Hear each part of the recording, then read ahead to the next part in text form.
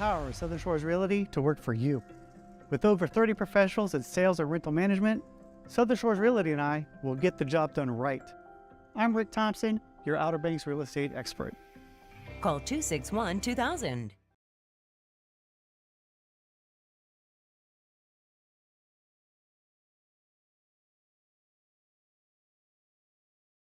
Good evening, ladies and gentlemen. We are here tonight for Track Talk episode number 11. Heading to Daytona Road Course, hearing an echo in Mark's mic already, so we'll try not to yell anymore like that. Episode number 11, Daytona Road. Mark, how you doing tonight, buddy? I think you're good now, Mark. By the way, I was a little loud. How are you doing? I'm doing good. How you looking forward to Daytona Road tonight? You're good, buddy. You're good. Well, I'm trying to get it where I can hear it. Oh, I got you. Daytona Road tonight. How you feeling about it? Well, I'll probably feel about it like everybody else. The car is real slidey, and I mean, we didn't know going in that we didn't have a setup for this track. So what's with that, by the way? Why would I don't know. iRacing not have a setup? Well, I mean, they don't normally race there, right? They raced there a couple years ago, and for COVID and all that. But I guess iRacing wipes them all out every year, apparently. But I don't know. I thought we would have one there. We didn't.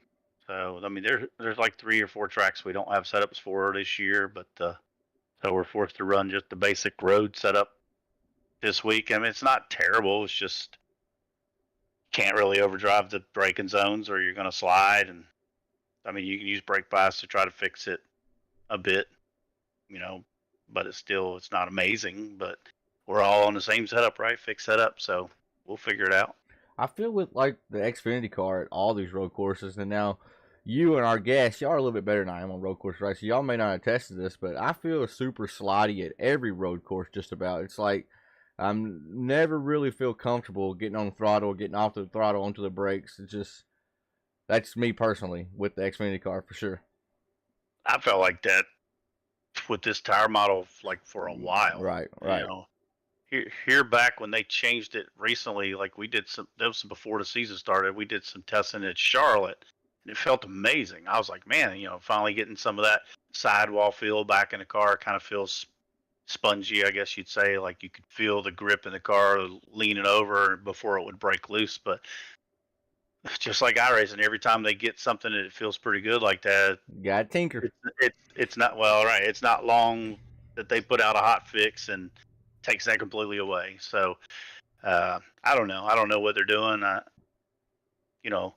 did help code the game and all, what you say, right. But I don't know why they keep changing it back and forth. I'm sure it's something to do with the ambient tracks that they're trying to get back, and where we can have multiple grooves and stuff. But I don't know. I wish they'd get it and fix it and leave it the hell alone so people could try to get better. It's like every time we figure it out, they change it again, and then we figure it out, change it once more. So I am hopeful with the big dirt update that's coming on iRacing. So apparently they're supposed to be updating their tires over there on the dirt side, making them wear or whatnot. I'm hoping some of that kind of trickles over to asphalt in regards to, they said outright they're not going to change the tire model, right? I've seen posts like that. We're saying they're just going to tweak the tire model from here on out, right?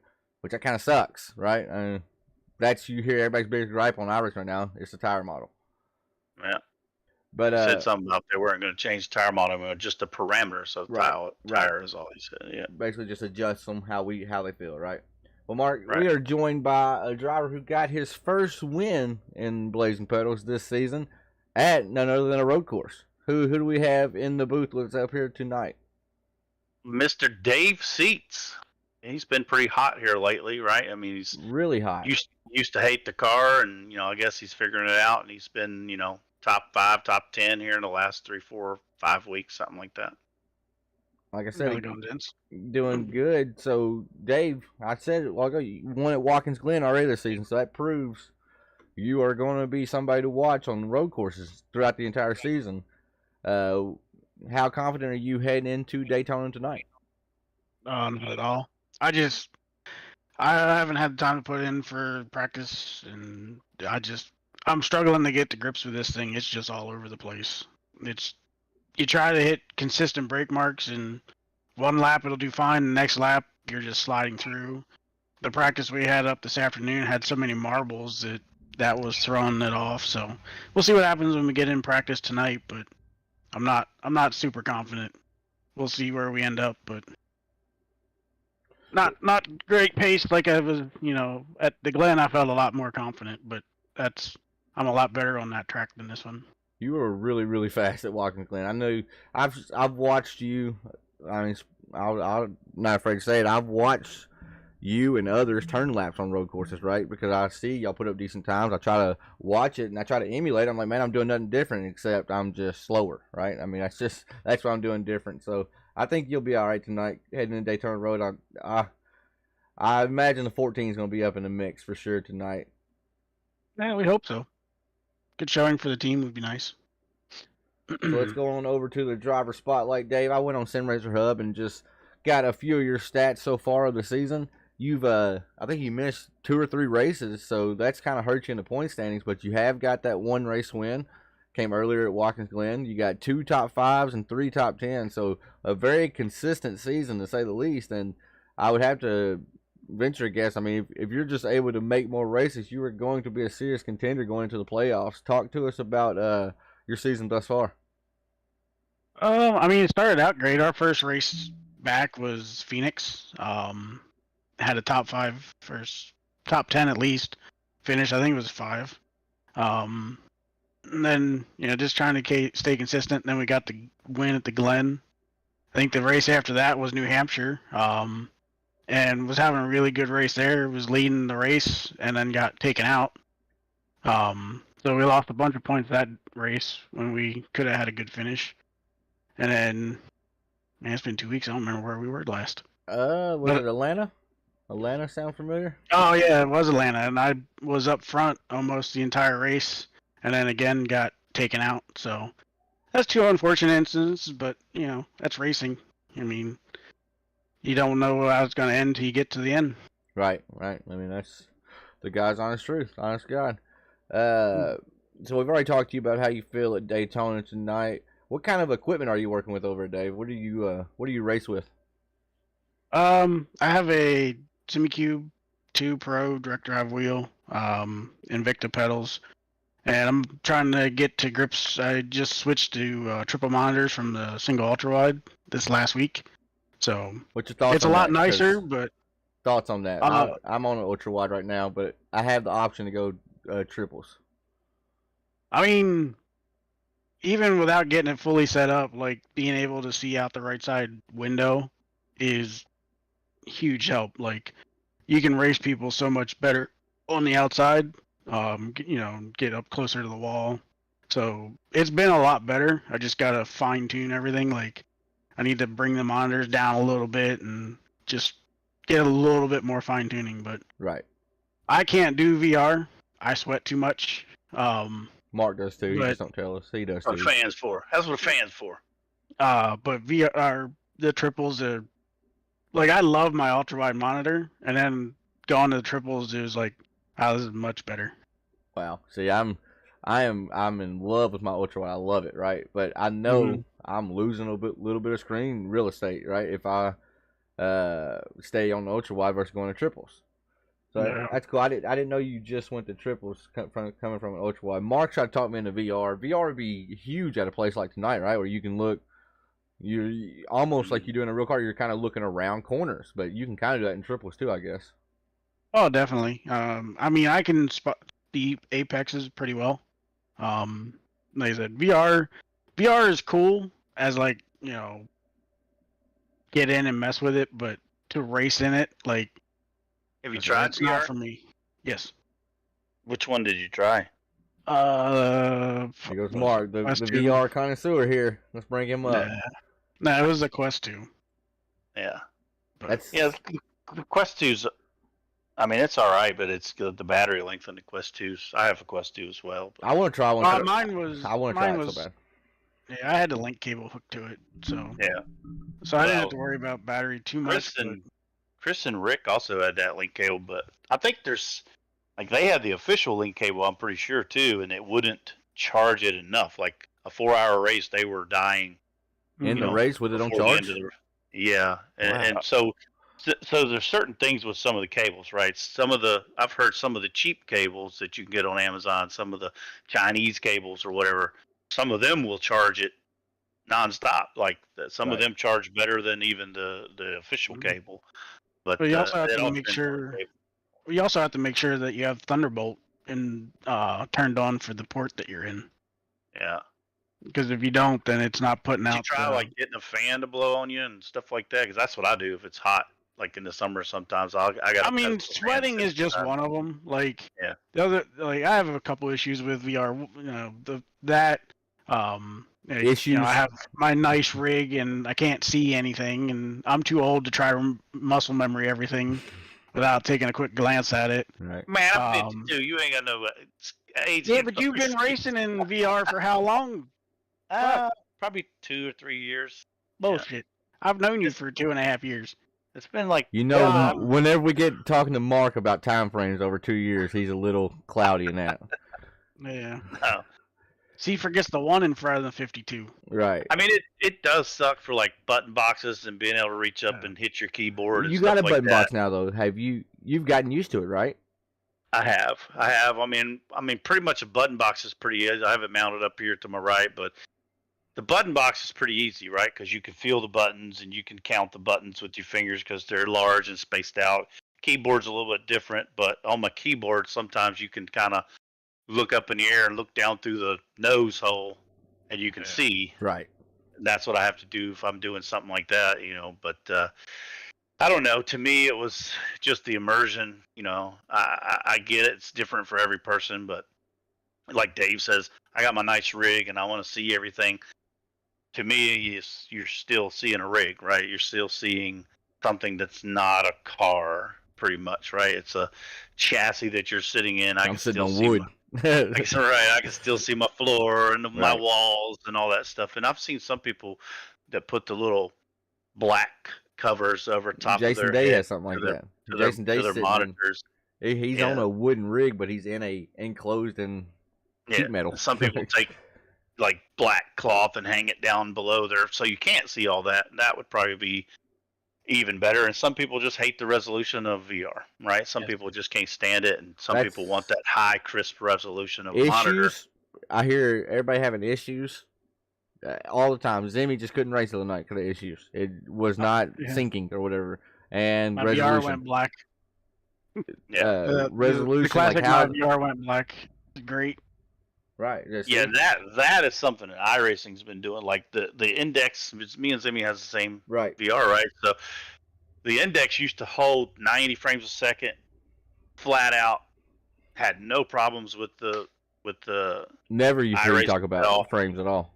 But now it's like, and I'm experiencing something new. So it used to be, you know, I could hold 90 frames a second, then it went all the way down to 40. So I changed some stuff, and it went back up. Now I'm locked at 60. Like, I don't know why. It's locked at 60 frames a second. It just flips between 59 and 60 frames a second, like all the time. I don't know why it's done that. It's got to be some sort of setting in iRacing that they've changed with one of these recent updates. But again, they do stuff like that. They don't tell anybody, and you got to go like digging through the minefield Right. trying to You figure gotta go out find it. what the heck happened, or let somebody else figure out, and then they put it on the forums. But you know, a little bit of better communication from them would be nice if they're changing things like that, so people could stay up to date. And all the new tracks like coming, like even Daytona coming on the front stretch, man, you'll drop Bottom down out, even bottom- on monitors. You'll right. drop, your frames just crap You go out. from iRacing to Mario Kart pretty quick. Like Right. quick. All right, we went a little long with VR talk, but that's all right. I'm so torn, man. Mark's heard me debate it. I've had one sitting in my Steam cart now for probably. Don't ask Mark; he'll say it's only been 3 weeks, but I think it's been about 2 years, honestly. Man, he's talking about that last weekend. Let's cruise on over into who's that driver. Dave Seats, are you into NASCAR very much? More? No. No. Good. I might be able Not to get really. I might be able to get both of y'all then. It's all. Today is my grandpa's 81st birthday. I rushed home and I only got 3 drivers, so not 5. So happy birthday to Papa, and only 3 drivers for y'all. I did choose 3 fairly known drivers. These are not a stretch for y'all to know. All right, so Driver number 1. This driver only won, I was shocked by this, only won 26 races in his NASCAR Cup Series career that spanned over 19 years. This driver only drove a Chevy for his entire career. Never got outside of a Chevy. This driver was sponsored by 2 different drink companies, like soft drink companies. Not soft drinks, well, one's beverage, like soft drink, and one is beer. Yep, Dale Jr. I was shocked to see he only won 26 NASCAR Cup Series That races. doesn't shock me. I felt like he won more than that in like his Bud 8 days. Yeah, but he only won at restricted plate. That is, I mean, that's true. Yeah. He never was really a shoehorn favorite to win the title, right? Because he never did win Right. a whole lot of races. But yeah, I was blown away when I saw that. I thought he won like 50, 60 races. All right, so we'll give that one to Yeah, Mr. I think Jeff Gordon only won like 90 something, right? I can't remember. It was something like I that. think 'Cause he was like 91 or 92, something like that. right. And All look right. how much he won. This driver spent the bulk of his 26-year racing career with one team. He spent his first 2 years with a little-known team. I didn't even know this was a thing either, by the way. So the bulk of his career was spent with one powerhouse team. He was sponsored by Kodiak. I'm not giving you another sponsor yet because you're going to know it instantly. Oh, well, Rusty was sponsored by Kodiak, right? Rusty who? Wallace. Never heard of him. I'm Yeah. just playing. Rusty Wallace. Sponsored by Kodiak and Miller Lite. All right, this final one. This driver raced for Michael Waltrip Racing and Richard Childress Racing in his career. Not very many drivers did that. Raced for RCR and Michael Waltrip Racing. No guess yet? Not me. This driver was sponsored by Cheerios cereal, which is gross, by the way, but that's a different rabbit hole. Cheerios cereal and Rush Truck Centers. Still nothing, huh? No, I suck at this. What about you, Dave? Nothing? Nope. I bet the chat I knows didn't- it. I guarantee. I didn't watch NASCAR at that time. I still don't really. This driver won 10 races in his career, and although he does not race anymore, he's retired from active racing, he is still a huge portion of NASCAR to the fans nowadays. You hear his voice every race when it's on Fox. You don't know it, do you, Mark? No, I can't believe I don't know this crap. Driver drove number 15. Was sponsored by 5 Hour Energy. Come on now, man. Clint Boyer. You need to buy in. a No, I little bit. didn't. That's the first two were too easy, man. Too easy. All right. And now for the pick'em, I know. Wait to get Taylor on here, see if you can stump Right. him. Right, I'll have to go like better 15 dig deep. drivers. It'll have to be really deep. Tim Flock deep. Let's go to the True Sim Track Talk Pick'em. You see, Chris Carroll picked Paul Ellison last week. Paul Ellison brought it home P3. So now the score is Mark has 5, I have 3, and our guest has 2. We're going to let our guest pick first. Mr. Dave Seats, you cannot pick yourself. Paul Ellison, Cody Gibson, Mark Arthur, Stephen T. Johnson, Corey Sherman, Aaron Bockover, or Jamie Walker. Do you have a pick yet? Or do you need to look for No. I mean, I'm gonna pick my teammate Ryan Flanagan. He's Okay. been putting in practice all week, so Let he's me pretty well prepared. lock that in. Mr. Dave Seats picks Ryan Flanagan. He's a newer driver to BPL, correct? Yeah, couple weeks. Thanks, Dave. I think this is the second week. Is it? Is he? So he is a road course. I was listening to you, but I was typing right then. Is he a road ringer? Oh, he does road courses with us. He's on our endurance team. No. Okay. So he's definitely turned a few laps at Daytona Road then, huh? Yeah. Mr. Arthur, do you have a pick? I do, but you can go first. I'm going Palicki, and that stinks because what we haven't talked about yet, the bracket. That's Dave's opponent, right? So I'm picking Dave's opponent. I'm going Palicki. Just 'cause I know he's really tough on road courses. I think it's Poliski. Oh yeah, Palicki, Palissi. Well, I'll take his opponent then. I'll take Dave. I don't know if you can. Wait a second. I can. You I haven't can. picked Dave. You can. So I pick Andy. Say it for me one more time. I think it's Poliski. Yep, sounds right. And you pick Mr. Dave Seats. So all pretty good picks, all road course guys too, by the way. So I think we're starting to learn how to do this. Mark, I've put it the final thing for us to discuss. It was supposed to be the first thing, but I honestly forgot. Unveiling something new here, right? The Blazing Pedals head-to-head challenge. So March Madness, if you're familiar with March Madness at all, that's what we're doing. Let's see if we can get it pulled up. There you see it. You see 32 different drivers that will all go head-to-head. They are seated exactly how they would be seated if this was college basketball or any other bracket, right, Mark? Right. So, first seed's Cody Gibson. He's going against Fred Thompson. But look, Mark also put this together for us right here. Watch this. This is pretty nifty. Look at that.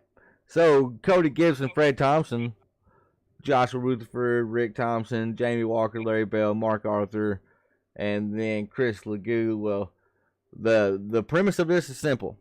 Whoever you're facing that week, if you finish higher or better than them in the final results, then you move on. You don't got to win the race, none of that stuff. You just got to basically beat who you're going against that week. And I'll show the other groups really quick before we kind of just do a little pick 'em ourselves. That way you can see where you're grouped up with. I see right here I'm racing Ty Morosco. Couple good matchups in here with Corey Rutherford, Mike Hamlin. It's going to be some good matchups. Go over here to Group 3 at the top right. We have Kilroe, Amanda Sherman. Look, here's the matchup right here. Andy, I'm not going to say his last name, and Mr. Dave Seats. That's going to be a heavy hitter right there. And then, of course, we got Group number 4 being held up by Mr. Paul Ellison, who is the 3rd seed. He is 3rd in the points. So pretty cool. You win, you move on. Basically, it's a big one there in Group 4 as well that I was talking to you earlier about. It's two teammates going against each other there with Sherman and Backover. Absolutely, TNA Motorsports drivers going at it. So Mark, me and you off camera, we went through and just kind of fantasy booked our own little what we thought would happen, right? So let's do that again, but we'll just do this first round, all right? So we'll go back up here to Group 1. And so I don't think Fred Thompson or Rick Thompson are going to be there. So automatically Gibson's going forward, Rutherford's going forward. Jamie Walker, Larry Bell right here. I picked Jamie earlier, but you just never know with VR issues, right? I mean, you never know what can happen out here. Right, and Bell's the unlucky duckling here lately too. So right. And then got yourself and Chris Legou going. I'm gonna take Chris, just 'cause I'm wrecking you turn 1. Sweet. Let's not talk about that. I have flashbacks from the first Daytona race with BPL. All right, Group 2. Stephen T. Johnson, Sam Lawson. Who you got, Mark? Gonna put you on the spot. That's probably going to be Johnson. I've not seen Lawson race road, so I'm not sure how good he is at it. But Johnson was into practice and only ran 4 or 5 laps, and he was top of the board. So I'm sure Johnson's going to. And obviously, if he doesn't get any in trouble, he'll probably have a good night. We mean no ill will by this, right? Because you see me, I'm 21st, and I'm going against Ty. I'm not going to put myself advancing, right? So it's basically it can be really lucky if you advance too, right? It's not just going to come down to skill. So Rutherford and Hamlin, I'm not going to let Dave pick that because he's got a teammate in the fight. I'm going to go. I went Hamlin earlier when we were talking. I'm going to go Mike on that one. Hamlin actually bested me in practice, and Rutherford, I'd say, because I can't bring myself to say it correctly. But I mean, he's a self-proclaimed road course guy, right? So Right. so that's again, right? Who's going to have a good night, you know? I forgot all about that. Corey loves road. I forgot about Right. that. Right. All right, Dave C. is going to put you on the spot here. Morosco or the man, the myth, the legend, Tanner Marr? Man, that's a hard one because I think Ty will have you on pace, but he has some serious incidents. So I'll put it on you. I think you'll be more consistent. Right on. I appreciate that. Yeah, I told Mark, I was like, it's going to take Ty really messing up for me to get past this round, right? Because I'm Yeah. terrible at a road course. All right. But he's either really fast or He'll be quick. really wrecked. He'll be Well, quick. Ty was in practice, turned 2 laps, didn't complete either one. That sounds like me. I was in there. I did 3 laps, didn't complete one. So it's going to be a dogfight, baby. It's going to be a dogfight. All right. The Butcher, Taylor Benjamin versus Brian Zimmerman. I went Butcher because I know Zimmy, and he's not a fan of road courses. You agree with that, Mark? You think Butcher? Well, Taylor is the type of guy that will run a race like tonight and not get a single incident. So, and I think that's what's going to win is staying on track Right. and being consistent. Especially right. tonight. So, right. Especially tonight with this type of track. So, I think Taylor's probably a good pick.